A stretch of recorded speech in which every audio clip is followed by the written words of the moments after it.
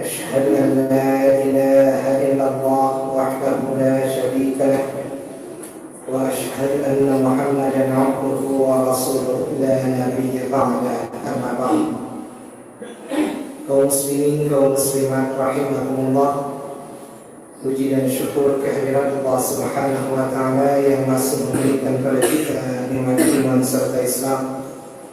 Kemudian salawat dan salam kepada junjungan kita Nabi Muhammad sallallahu alaihi wasallam.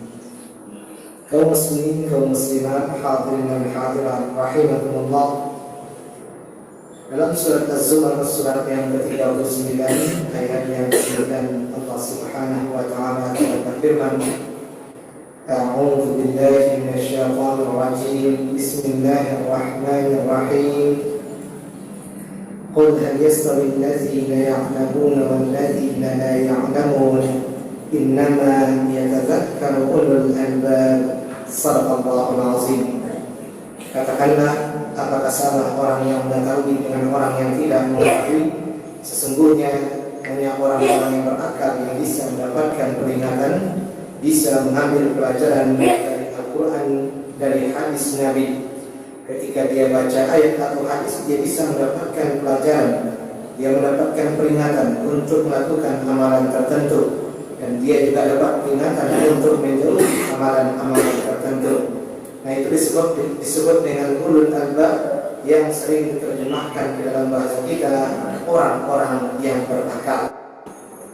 Jawaban dari pertanyaan itu sudah jelas, karena memang istifhamnya istifham ingkari. Pertanyaannya, jawabannya untuk menafikan.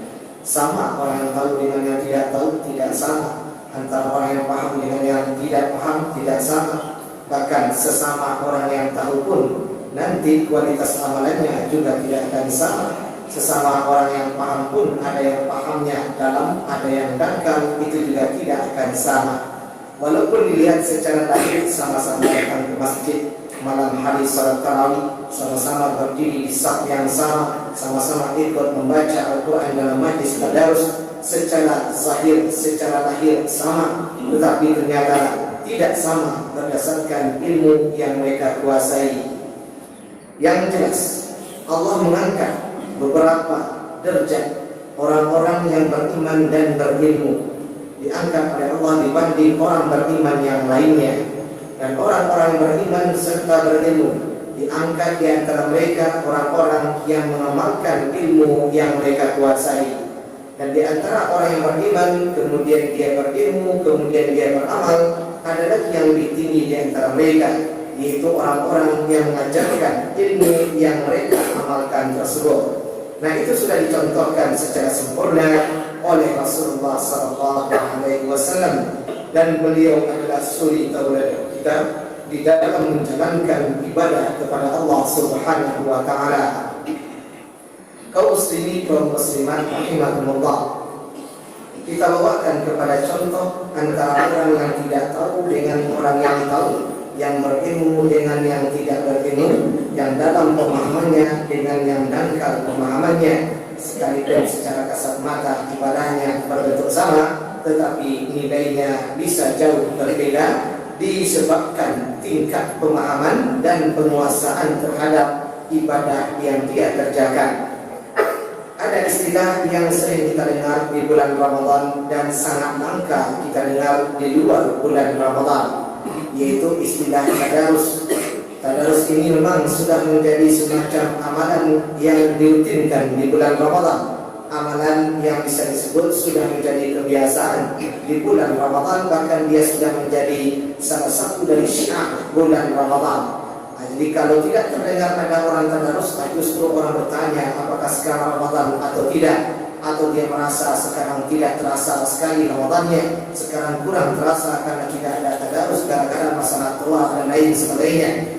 Nah, tadarus dalam hadis Rasulullah SAW, la yajtami'u qawmun fi baitin min buyutillah yatluna kitab Allah thumma yatadarasuna fi ma bainahum illa ghasyiyatuhum ar-rahmah wa nuzilat 'alaihim as-sakinah wa hafathumul malaikah. Hadis Imam Muslim. Tidak ada satu kaum yang berkumpul dalam satu masjid dari masjid-masjid Allah, di mana mereka membaca kitab Allah, kemudian mereka mentadarusinya sesama mereka, kecuali atau melainkan akan dinaungi mereka itu oleh rahmat Allah, diturunkan ke dalam hati mereka sakinah, ketentraman dan ketenangan.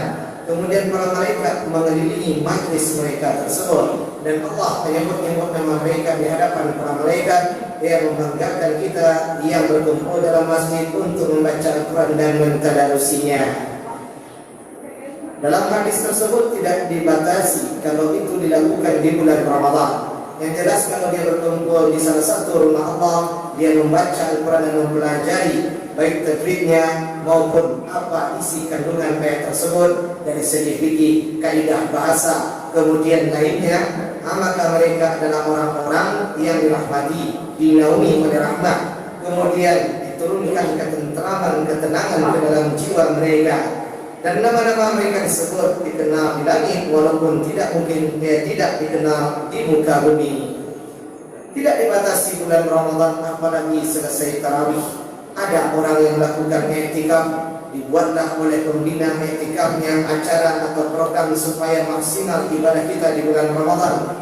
Dan salah satu programnya adalah tadarus sesudah salat asar menjelang kita berbuka. Tapi banyak yang tidak setuju. Kenapa? Karena menurut mereka pelajaran yang mereka terima dan itu yang ada dalam kepala mereka, tadarus itu sesudah tarawih. Jadi kalau tidak sesudah tarawih, ya nak diasuh tadarus model itu. Ini akibat yang satu berilmu berdasarkan hadis Nabi, berdasarkan firman Allah. Betul-betul dia rujuk ilmu itu kepada dua sumber utama yang telah dijamin Nabi kalau berpegang teguh tidak akan tersesat selamanya, yaitu Al-Quran dan hadis yang sahih. Nah, kemudian yang satu lagi, ilmunya bersumber dari kebiasaan yang berlaku di daerahnya. Dia mencukupkan itu saja. Apa yang nampak dalam lingkungannya, itulah yang menurut dia aturan yang sebenarnya. Nah, makanya sangat jarang kita mendengar istilah tadarus di luar bulan Ramadan. Apalagi orang yang melakukannya, justru itu akan ditemukan hanya di bulan Ramadan saja. Jadi yang satu, pemahamannya sesuai bahwasanya tadarus tidak terbatas bulan tertentu. Bisa sebelum Ramadan, bisa dalam Ramadan, bisa di luar Ramadan, bisa ada tarawih, tidak ada tarawih, tidak tarawih sekalipun, silakan tadarus siang, malam, silakan sendiri, bersama, bisa. Karena dia langsung merujuk kepada syarat hadis tersebut, dia ambil langsung dari ilmu, dari sumber ilmu yang dia pakai dalam bentuk amalan tadi. Nah, kalau memang dia tidak bisa menyimpulkan, membaca hadis dan memahaminya, Allah kan sudah suruh kita, fas'alul ahla dzikri in kuntum la ta'lamun. Bertanyalah kamu kepada yang tahu jika kamu tidak tahu. Bukan minta fatwa ke dalam hati, bukan bertanya ke dalam hati. Kalau nas sudah ada, untuk apa lagi bertanya ke dalam hati? Atau nas ini tidak ada gunanya. Sehingga setiap masalah tanya hatimu, tanya hatimu. Hatinya penyakit, hatinya tidak punya ilmu, dia tidak punya aturan agama dalam hatinya. Dia minta fatwa pula pada hati yang seperti itu. Sudah jelas-jelasnya, sudah jelas kaidahnya, sudah dijelaskan pula oleh para ulama. Tapi campakkan semua, tanya hatimu. Ayo campak saja. Nanti orang mau pacaran tanya pula hati. Keras hati saya untuk pacaran. Saya tidak ragu lagi. Padahal ada larangan, ada nas yang mencelanya. Itu. Tidak semuanya bisa ditanyakan ke dalam hati Bapak Dari. Apalagi kita tidak berilmu tentang apa yang mau kita tanyakan itu. Tidak ada pengetahuan dalam hati kita tentang hal itu. Ternyata sudah ada larangannya. Apa yang mau ditanya lagi? Yang disuruh Allah itu bertanya kepada yang tahu jika kamu tidak tahu. Nah, kemudian di dalam melaksanakan tadarus tidak mesti sudah tahu, bisa kapan saja. Bagi orang yang berdasarkan kebiasaan saja, sudah dia tadarusnya cuma Ramadan. Itu pun sesudah tarawih, terbatas ibadah yang bisa dia kerjakan. Yang membatasinya apa? Pemahamannya. Padahal harusnya dia bisa mendapatkan pahala yang lebih banyak, tetapi karena dia batasi, karena dia cukupkan saja dengan apa yang biasa berlaku dalam kehidupan masyarakat di tempat dia, maka tidak ada tadarus sesudah Ramadan, tidak tadarus kalau sendirian. Makanya berkuranglah Padahal Allah sudah membuka kesempatan selebar-lebarnya supaya dia bisa mendapatkan nilai ibadah, tapi dia justru kurangi dan dia batasi bulan tertentu saja. Nah, oleh karena itu Bapak dan Ibu, jangan pahami tadarus itu terbatas bulan Ramadan. Tidak, tadarus itu ada di bulan-bulan yang lain. Cuma di bulan Ramadan kita tingkatkan dibanding bulan-bulan yang lain. Ya, ditingkatkan. Yang biasanya bulan yang lain tidak khatam kecuali sudah 3 bulan. Nah, sekarang kita tingkatkan, kita khatam 1 kali sebulan. Tetapi kalau targetnya cuma khatam saja, tingkatkanlah. Jangan target itu khatam. Kalau perlu tak perlu khatam, tetapi pemahaman kita meningkat. Lebih tinggi nilainya tadarus itu tidak khatam, tetapi nilai dan pemahaman kita terhadap ayat yang kita baca meningkat. Sehingga ketika meningkat pemahaman kita, bisa kita tingkatkan amal ibadah kita.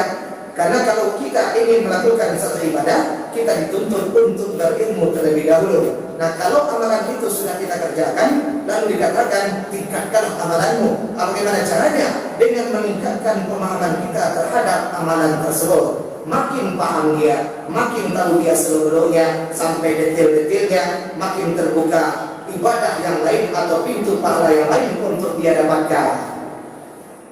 Dulu dia memandang tadarus hanya bulan Ramadan. Nah, sekarang tingkatkan. Dia tingkatkan pemahamannya tentang tadarus. Dia ketemu, ternyata hadisnya tidak membatasi tadarus itu hanya bulan Ramadan.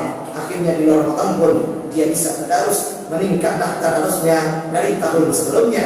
Yang sebelumnya hanya bulan Ramadan, sekarang sudah ada pada bulan-bulan yang lain. Karena dia menambah pemahaman dan memperdalam pemahamannya terhadap ibadah tertentu. Nah, itu beda antara orang yang tahu dengan yang tidak tahu. Dia tahu tadarus, tetapi pemahamannya dangkal berdasarkan apa yang berlaku di daerahnya, kebiasaan. Yang satu lagi, dia pemahamannya dalam karena dia baca hadisnya, kemudian dia tanya kepada orang yang tahu, dia cari informasi sedetil-detil masalah dalam ibadah tersebut, dia cari, dia tuntut ilmunya. Akhirnya banyak kesempatan dia untuk melaksanakan ibadah. Ternyata tidak terbatas bulan Ramadan saja, akan dia yang beruntung jadinya. Begitu juga Bapak dan Ibu kaum muslimin, kaum muslimat rahimakumullah. Ibadah yang juga dia ketahui ada bulan Ramadan, tetapi orang hanya menyebutnya bulan Ramadan saja. Dia tidak menyangka di bulan Ramadan juga bisa i'tikaf. Kalau disebut kata i'tikaf, langsung terbayang oleh kepalanya 10 malam terakhir mencari Lailatul Qadar. Padahal i'tikaf penyebab disyariatkannya bukan karena bulan Ramadan, bukan karena 10 terakhir, bukan karena Lailatul Qadar. Karena i'tikaf itu ada dalil tersendiri. Dia ibadah yang berdiri sendiri, tidak terkait dengan yang lain. Nah, jadi kalaupun tidak ada malam Lailatul Qadar, tidak ada puasa Ramadan, bisa i'tikaf? Ya bisa. Kenapa? Karena i'tikaf itu artinya menetap dalam masjid, mendekatkan diri kepada Allah. Dan dalam definisi tidak disebut kapan, batasan, tidak ada. Tapi karena dia memahami i'tikaf, ba'a di daerah awak, ba'a nampak orang, ayo model tu lah. Nampak di orang di kampungnya. Cari tahu i'tikaf tu kalau dalam bulan puasa lah 10 hari terakhir. Kalau nak do, ayo nak do cari tahu i'tikaf. Salah sih dia cari tahu tentang tadarus. Umar bin Khattab pernah i'tikaf semalam di Masjidil Haram, padahal bukan cari malam Lailatul Qadar, padahal bukan bulan Ramadan. Setelah salat zuhur kita letih, lalu kita menetap dalam masjid untuk meniatkan diri kita menunggu waktu salat berikut. Nah, dia menetap dalam masjid dengan niat mendekatkan diri kepada Allah dalam bentuk menunggu iqamat salat berikutnya. Itu namanya beriktikaf. Karena inti dari i'tikaf menetap dalam masjid untuk beribadah, mendekatkan diri kepada Allah, luzumul masjid. Jadi bukan i'tikaf itu 10 terakhir Ramadan, bukan itu definisinya. Dilakukan di 10 terakhir Ramadan, iya, karena itu sunnah Nabi. Nah, apa keuntungannya kalau i'tikaf di bulan Ramadan? Ya dapat nilai malam Lailatul Qadar. Tapi karena dia punya pemahaman i'tikaf itu untuk mencari malam Lailatul Qadar. Jadi kalau tidak ada Lailatul Qadar, ya untuk apa i'tikaf? Akan begitu jadinya, rugilah dia. Gara-gara dia punya pemahaman etikaf itu dia disuruh karena dianggap itu penyebab. Bulan malam Lailatul Qadar menjadi penyebab kita disyariatkan untuk etikaf. Tidak, itu keuntungan tambahan kalau kita etikaf di bulan Ramadan. Malam Lailatul Qadar bukan penyebab disyariatkannya etikaf. Karena di luar Ramadan pun etikaf tetap berlaku. Bukan malam hari pun etikaf bisa dilakukan di siang hari. Nah, akhirnya muncullah etikaf minyak goreng. Apa itu etikaf minyak goreng? Ketika mahal dia datang, ketika murah dia menghilang, ketika malam genap dia hilang, malam ganjil hanya mencoba asal mana duduk minyak goreng etikafnya. Kawannya pai etikaf malam genap, pai kamar, pai etikaf mangga etikaf malam gandok. Dah dodo Lailatul Qadar tu malam gandok kecil lagi malam ganjil. Ayolah botak saya ada etikaf dah. Hapas malam ganjil nak temui masjid itu yang mereka menang. Kita biasa mengalih mereka ini saja. Harusnya Nabi itu dia tu kalau dalam Lailatul Qadar malam segini pulang itu sebab dalam nama lain. Kan ada Nabi itu. Tetap Nabi sampai hari terakhir terbenam matahari di bulan Ramadan. Baru dia pulang. Artinya apa? Indikasi penyebab dari etikaf itu bukan Lailatul Qadar. Itu nilai tambah. Keutamaan yang mendorong kita untuk beriktikaf. Di mana ibadah itu di bulan yang lain, di hari yang lain, di siang hari pun bisa kita terjaga. Nah, tapi bahaya Allah cenderung mencukupkan karena nampak. Ya bisa disakui ibadah waktu dan biasa saja. Berdasarkan kebiasaan, bukan berdasarkan ilmu yang dihasilkan dari sumber yaitu Al-Quran dan Sunnah Nabi. Nah, walaupun awak pandai memahami Al-Quran dan hadis secara langsung, Allah kan sudah beri sarananya. Tanya orang yang tahu kalau kamu tidak tahu. Disinilah beda ibadah orang yang tahu dengan yang tidak tahu.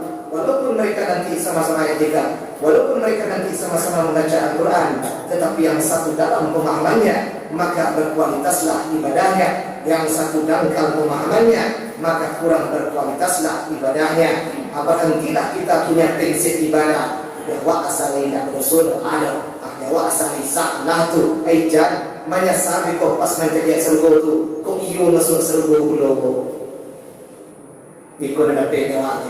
Seandainya saya menambah ibadah saya sedikit saja, ya kok pandia ke dunia bersedekah seketik saja. Tentu dengan cara serupa dan dia itu. Karena orang-orang di surga bisa melihat tingkatan-tingkatan yang di atasnya. Nah, oleh karena itu Bapak dan Ibu, ya bulan Ramadan Syahrul Quran. Al-Quran itu sumber ilmu dalam syariat, dalam ibadah, dalam agama Islam. Nah, maka seharusnya bertambah ilmu kita di bulan Ramadan. Karena kita lebih banyak membaca Al-Quran, maka seharusnya bertambah banyak pula ilmu yang kita dapatkan dari ayat yang kita baca. Kecuali dia hanya mengejarkan target khatam saja, tidak bertambah tajwidnya lebih sempurna, tidak bertambah pemahamannya terhadap ayat yang dia baca. Dia baca ayat itu tahun 2010 seperti itu, sampai 2022 masih sampai di situ saja pemahamannya, masih salah pula tajwidnya. Nah, ini tidak berkualitas tadarusnya. Nah, kita tidak menyuruh tadarus itu seperti itu. Tadarus itu adalah kualitasnya, ada nilainya, tingkatkan dari tahun-tahun sebelumnya. Kalau tahun sebelumnya cuma target khatam saja, nah sekarang targetnya walaupun tidak khatam, pemahaman kita terhadap ayat bertambah, dan itu dibuktikan dengan bertambahnya amal ibadah Bapak dan Ibu. Mudah-mudahan bermanfaat. Astagfirullahaladzim. Wassalamualaikum warahmatullahi wabarakatuh.